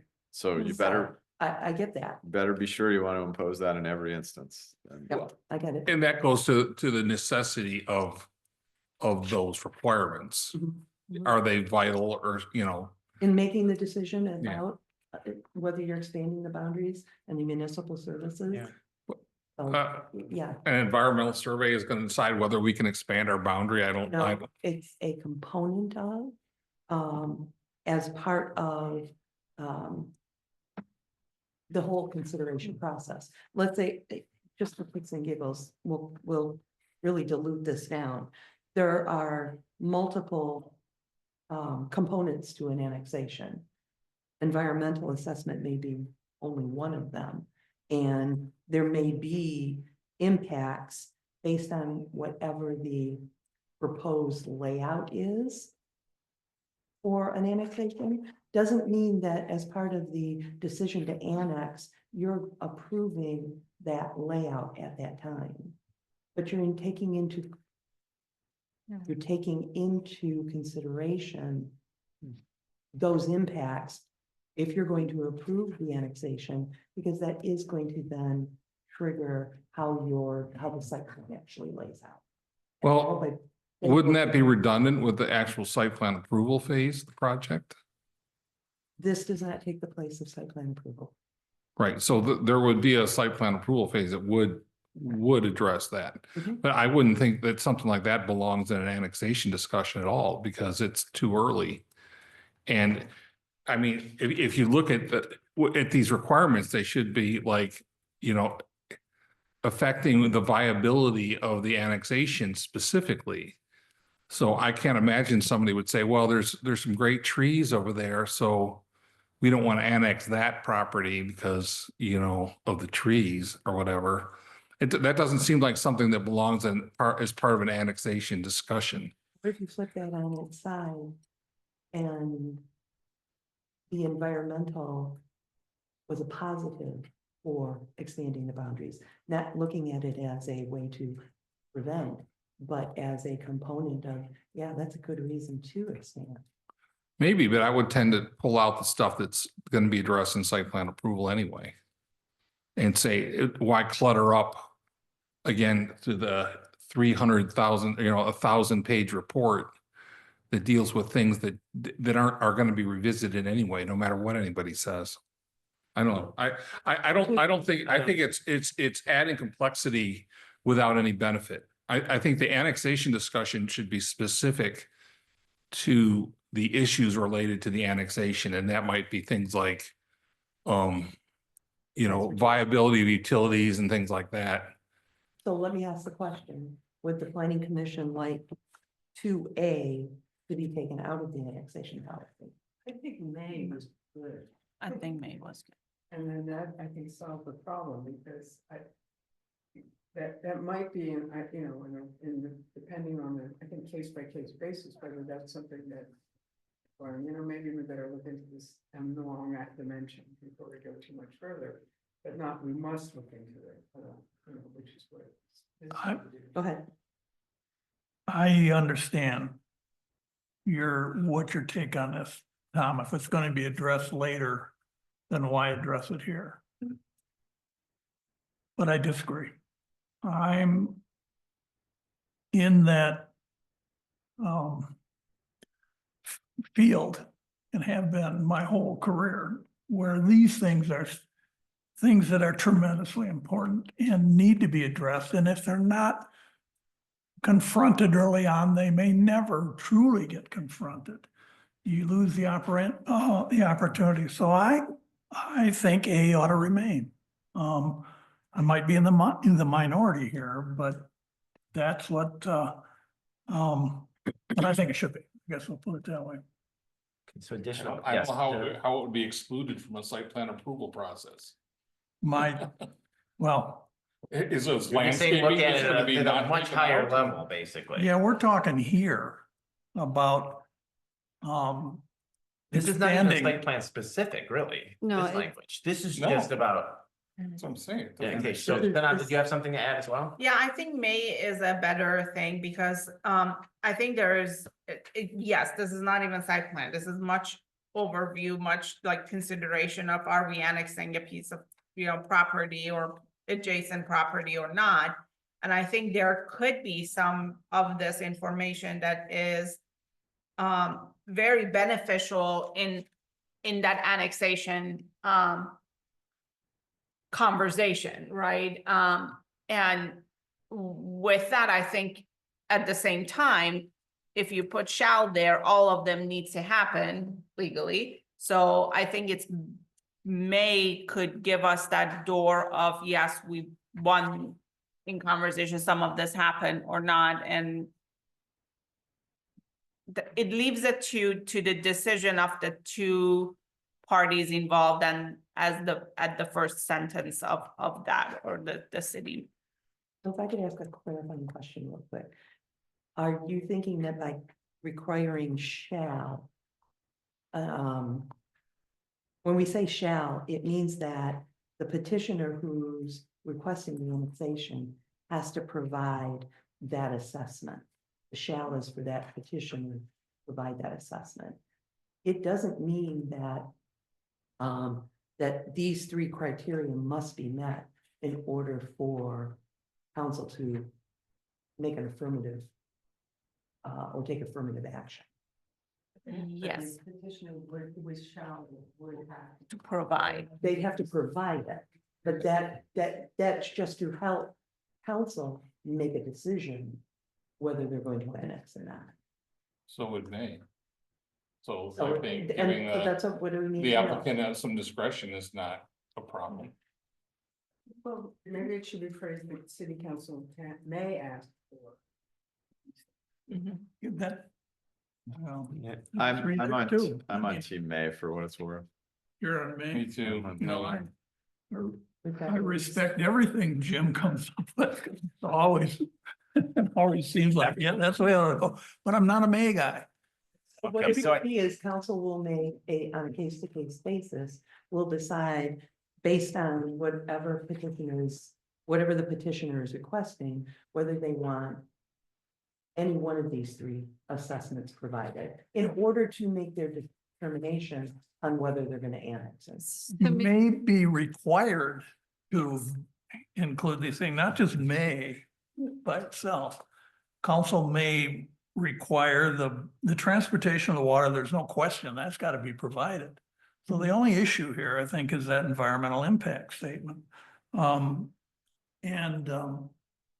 that to a petitioner,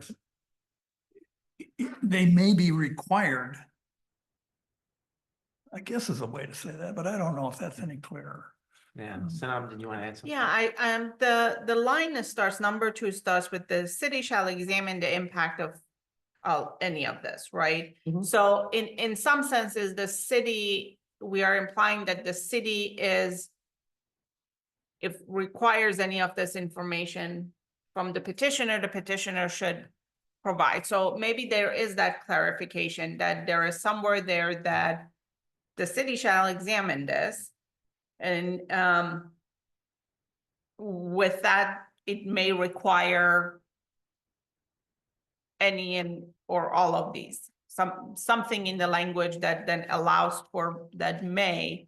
And yes, I agree that I would say 9 out of 10 from where I sit right now with a annexation request at front of us. We won that discussion, but it might be very hard to try to think of, we are doing this for a future, for a case that might not be in front of us right now, right? So in that sense, I think giving us that room of may is better than shall, but there is a city shall examine, which I would like that shall to stay.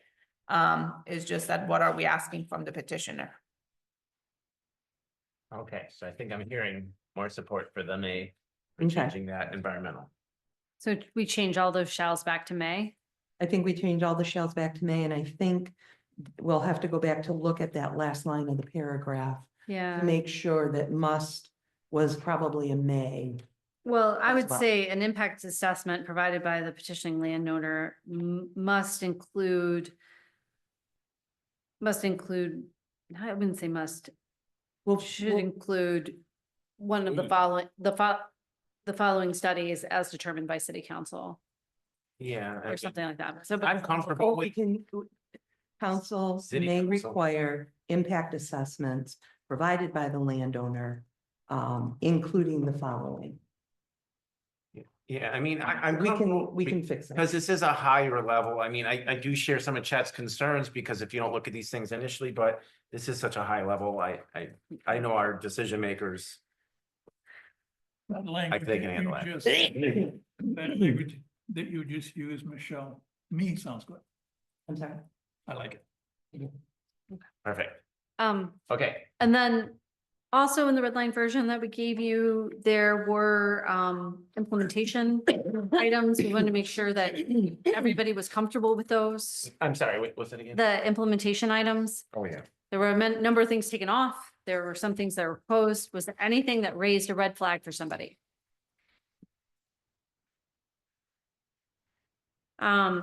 And then finally, there was a background chapter. We do not have a red line of that, and there was an updated one in front of you tonight. I apologize that those were not gotten to you earlier. It's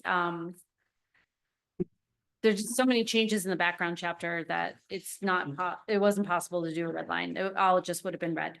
Right, I don't think that's as important because it's it's not like code language where I think it's more important to have red lines. This is data. It's, Right, it's the data. yeah. I So, don't at think the- that matters. At the end of the day, we wanted to ask you, are you comfortable passing this on to city council with the changes that you've discussed tonight in order for city councils to release it to adjacent communities for their review period? And just so that people, and there's still opportunities to make some changes. There So I is. just wanted to make sure Yeah, that everybody kind of understands that because Absolutely. obviously we're just releasing it out for communities. If they say anything, I don't know, but, and then we incorporate that. So, do we have any concerns about after some of our tweaks tonight?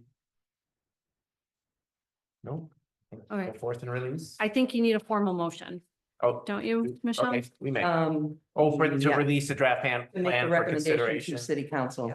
Do we have a Um, sample one or no, or if someone could make a motion to? I don't know if we usually, no, so does somebody want to make a draft motion, or not a draft, somebody make a motion So to, if you, I'm sorry, don't mean to interrupt you, Matt. no, no, But that's look fine. at the bottom, look at your agenda. And the motion we recommend the city yeah. council to release the amendment to adjacent communities for the 45-day review. So some- That would be your motion. Everybody see that number 4 on the agenda, the last like sentence, somebody could make a motion?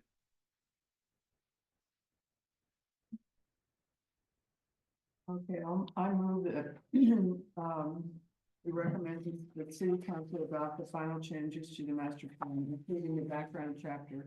And updated existing land use, future land use, existing and planned road, rights of way. Non-motorized transportation facilities maps. I recommend that. Okay.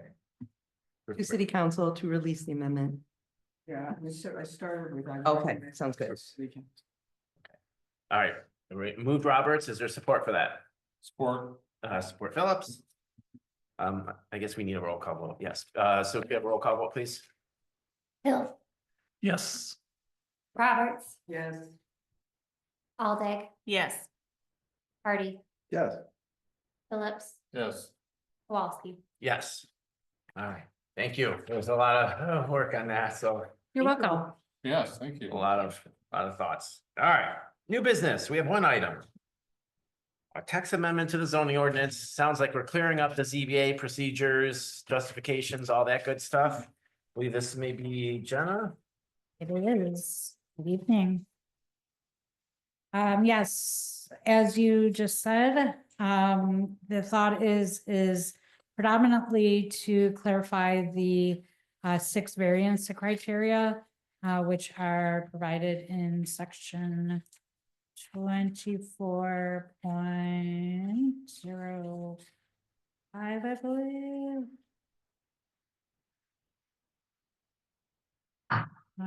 Yes. But in doing so, it came to our attention that there were some other more trivial items that we could correct within this text amendment as well. Currently, we're just asking you to discuss it or review it. And then if you are all right with it, we would bring it to your next meeting for an actual recommendation to council. Anybody have any questions? Seems like kind of a clerical, a lot of cleaning up and making it a little I mean, there easier. are a couple of changes to the actual variance criteria. But it's just to clarify the intent of them, rather than like something completely different.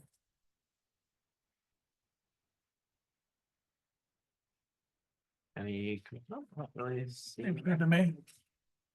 Take it, check. I don't know, it's, Check that. I don't really know that.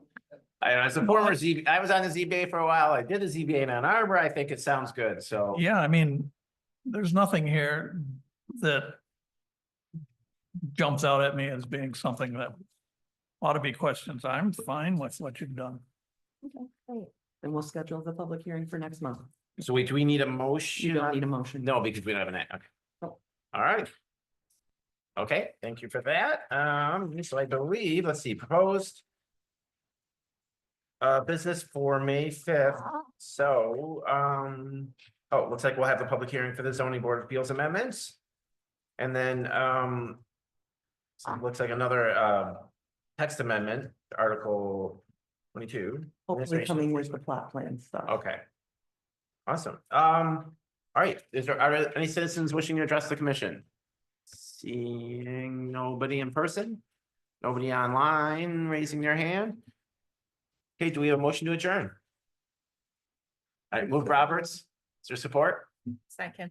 Second, Aldag, all in favor of adjournment, say aye. Aye. Hi. All right, meeting is adjourned, exactly 9 At o'clock. 9 o'clock. Dang. Good job. Look at that. And Michelle, I haven't forgotten about that Huron Farms connector stuff. I'm just tweaking a little bit, but I'll send it yeah, out to yeah. everybody. Thank you.